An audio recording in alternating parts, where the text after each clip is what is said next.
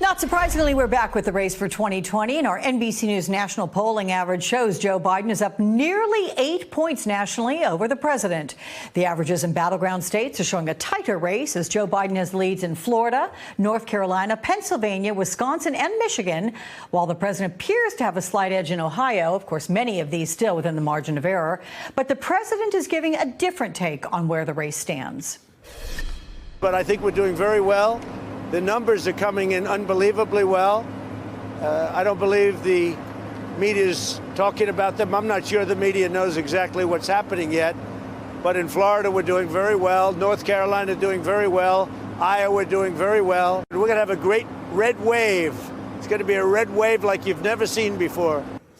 Well, joining me now is Michael Moore, filmmaker and host of the podcast Rumble with Michael Moore. Welcome to you, Michael. What do you think of what the president said there? Do you think the media doesn't really know things and that it's going to be a big red wave? The last time I remember hearing about a red wave, the Egyptians were chasing Moses across the Red Sea. And that didn't turn out too well for the Egyptians. So, okay. I mean, it's a Sunday. It's a church day. I appreciate the Old Testament relevance there. It's okay. Let's go to the poll numbers, though. We shared the ones that have Biden mostly in the lead, but then you hear the president with those predictions. 9 days to go, whether it's in your state of Michigan or anywhere else in this country, Michael. Are you seeing any red flags that suggest the president can pull this out and repeat that success that was unexpected by most in 2016? Yeah, I understand why 4 years ago most people thought that he was going to lose. Listen, anything can happen, obviously, and everybody between now and Election Day should operate as if anything can happen. Nobody should be smug. Nobody should be, the football players who do the end zone dance on the 2-yard line before they cross over the goal. They think they've already scored the touchdown and they get whacked from behind. That's what happened in 2016. I think we have to make sure that nobody does that end zone dance too early. Yeah. Having said that, I think that actually the opposite of what Trump thinks. The media are playing it so careful now because of the mistakes that were made by nearly every pundit back in 2016, including the New York Times on the front page of Election Day, where they said that Trump had only a 15% chance of winning. Everybody's so afraid now of not doing that this time that maybe they also can't see how things are going to go this year, how they more than likely are going to go. You've got a president that has done everything he can to lose, to the point where I've been wondering some days, does he really want to win? First of all, why would any other president would have seized the coronavirus, taken the reins, and tried to bend the hero, especially when this was killing his largest demographic in 2016 was over 65. Instead of coming to their aid and defense, he let them die. And now we're having this huge wave. The largest day ever with coronavirus was, I think, Friday. You've had Dr. Redlener on MSNBC saying this could get to 2,500 deaths a day. Why Trump would be killing off his voters, historians and political scientists are going to have to figure this out in the future.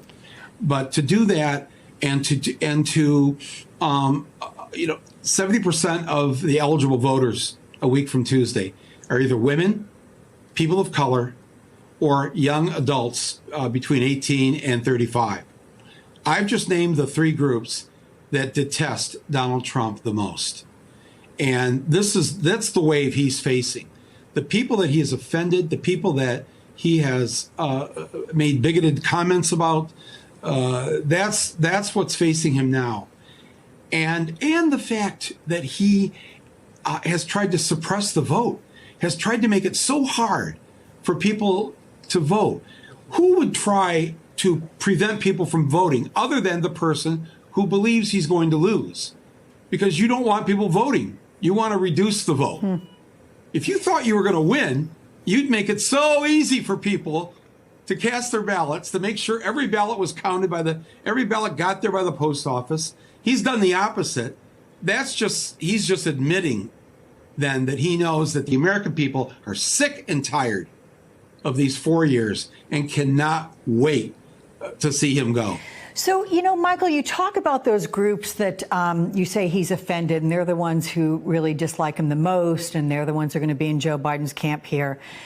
Do you think when you hear Trump campaign officials or just administration officials, they come out and say, look, we understand that maybe he's not for everybody personality-wise, but he's accomplished so many great things.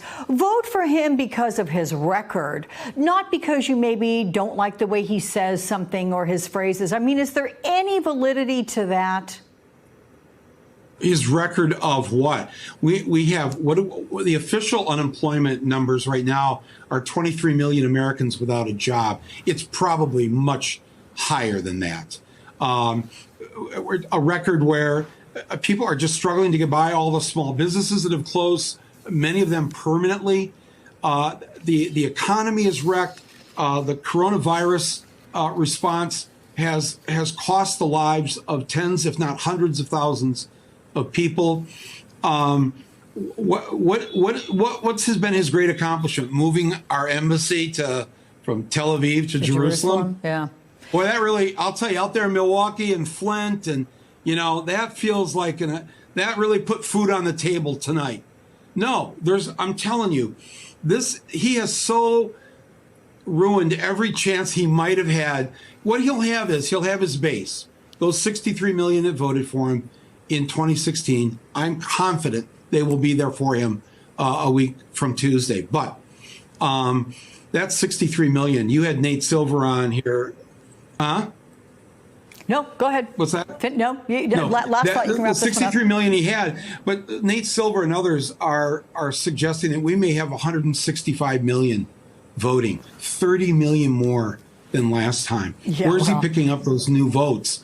Do you realize that Hillary won by 3 million? Biden could win. Again, I'm not to please people at home. Don't sit back in your chair and go, no complacency allowed. I don't need to go vote. We're okay here. Right. No, but he could have blown it. He might blow it as bad to lose by 10 million votes this time. It's important, though. That's why you have to vote. Oh, yeah. Because just winning of the popular vote, as we know, isn't enough. To guarantee to win the Electoral College means he has to be crushed. Yeah. There has to be a tsunami of ballots. To prevent the kind of fears of election repercussions and going through something like we did back in 2000. Absolutely correct. Exactly. Michael Moore, listen, I love having you on, but unfortunately I'm out of time. My EP is saying you've got to go. I'm so grateful. Thank you for letting me talk to you. And I enjoy it. Okay, I'm sure our viewers do too. Right, thanks, Michael. Yeah. And that's going to do it for me. As we indicated for this hour, everyone, I'm Alex Witt. Thanks so much for watching. I'll see you Saturday at noon Eastern next weekend.